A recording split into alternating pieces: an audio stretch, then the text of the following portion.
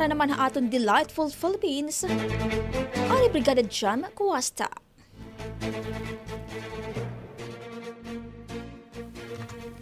Food trip ba niyo biling? Well, daw niyo mabibilngan ha Tacloban City Night Market located at Quezon Boulevard, Tacloban City.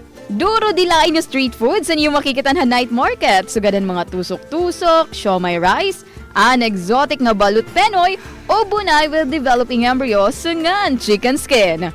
Pwede gihapon ka mo mag-stall hopping tungod labot lang mga street foods.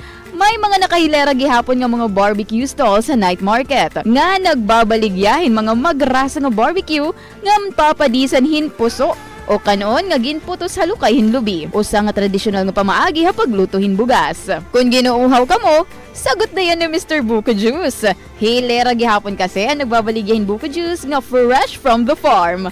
May nagihapon iba nga pantulok nga available ha night market sa ganan mga iced tea, cucumber nga melon. Kung busog na kamo, pamili naman kitahin mga bargain shoes.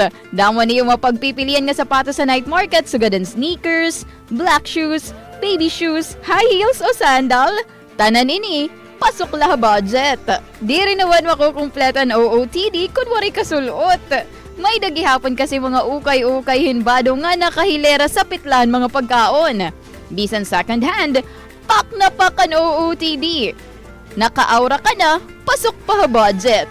Gintindogan night market ang Tacloban City Government idahan August 16, 2019 para hasin nga ambulant vendors nga na-display stika nga clearing operations sa syudad. Gintutugutan ang katungahan Quezon Boulevard kumu vending area nga gintutugutan nga i-display ang naratag sa baligya from 7 in the evening until midnight.